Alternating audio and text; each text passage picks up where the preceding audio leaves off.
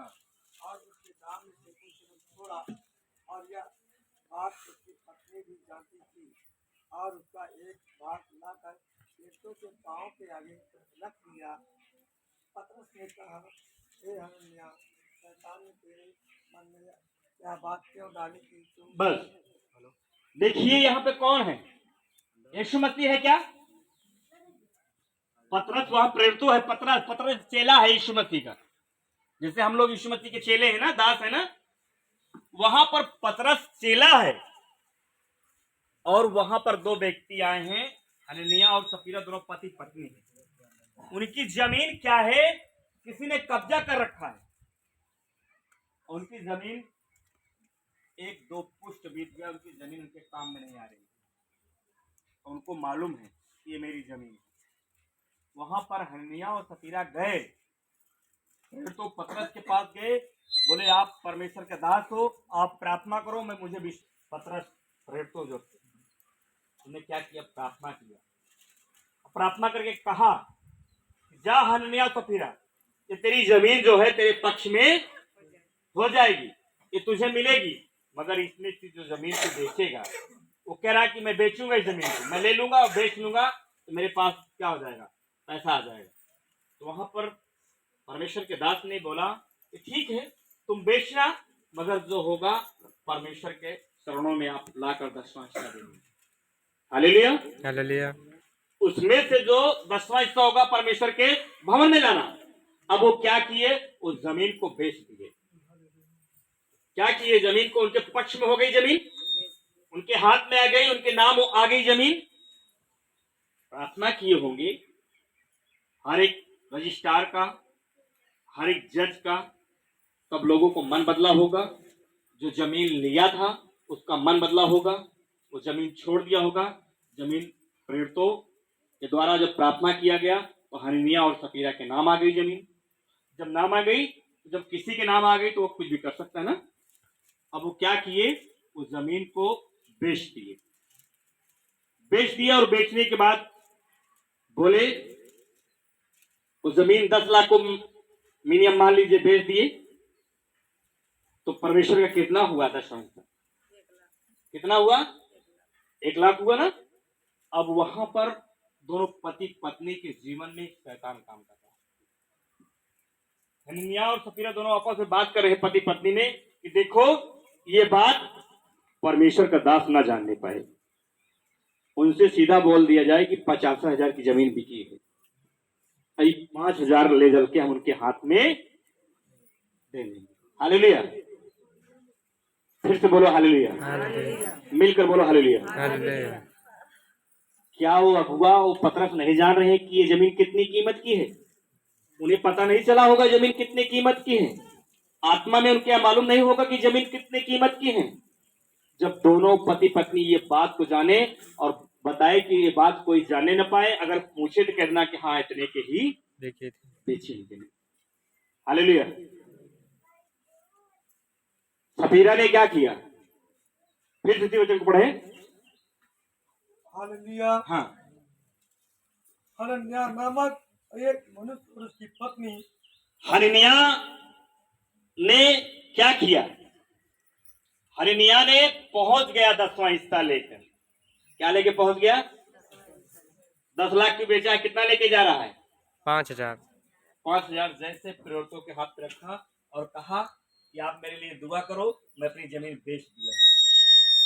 मैं अपनी जमीन क्या किया हूं? बेच दिया। पूरी जमीन बेच दिया हूं। तो पतरस ने जब उसके हाथ पे रखी, पतरस ने प्रार्थना किया और करने के बाद बोला, हे हनन्याह, तो क्यों तेरे मन में शैतान डाला है? जमीन कितने की बेचा है? मेरे हाथ में कितना आया है?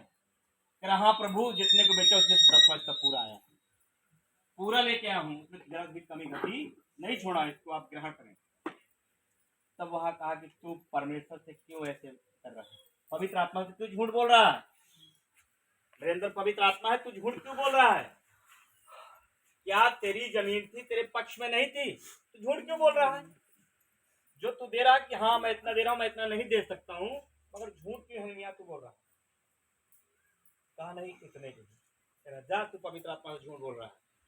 और तुरंत ये बात पवित्र आत्मा झूठ रहा, परमेश्वर झूठ बोल रहा, तो तेरे अंदर शैतान ने कैसी बात डाला, तेरा नहीं, झूठ नहीं बोल रहा हूं मैं, सही कर रहा हूं, और तुरंत गिरा और तुरंत क्या होता मर गया। हालेलुया। आज वो सिस्टम नियम था हमारे जीवन में, मगर परमेश्वर ने वहां से हटा दिया, खत्म कर दिया परमेश्वर ने। नहीं, आज हम सब लोग एक लोग भी ना बचते, हम सब एक लोग भी ना बचते। ये भी कौन है?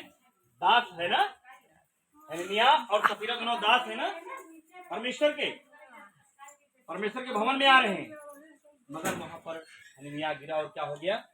खत्म हो गया। जो लोग वहां पे थे, कलीसिया में थे, दरबार में थे, ले जाकर एक जगह गाड़ दिए। गाड़ने के बाद देर बाद सफीरा भवन में आ गई। जब सफीरा आई तो वो पतरस प्रेरित जो है पूछे कि सफीरा, वो जमीन ये तूने कहीं बेचा? बोला हाँ। उसे नहीं मालूम कि मेरा पति मर गया। बोला हाँ मैं इतने के ही बेचा, मेरा पति भी इतने के ही बेचा जमीन, अभी उसे मालूम नहीं। तब वहां पर पतरस ने बोला कि तेरे दोनों प्राणी के मन में शैतान ने ऐसे क्यों बात डाल दिया? तू मालूम है तू किससे झूठ बोल रही है? पवित्र आत्मा से झूठ बोल रही है, परमेश्वर से झूठ बोल रही है।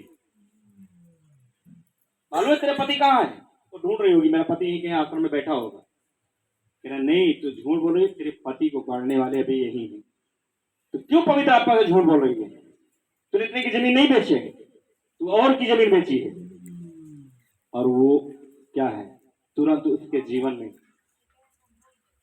सामर्थ आई और वही तुरंत क्या हुआ, गिरी और खत्म हो।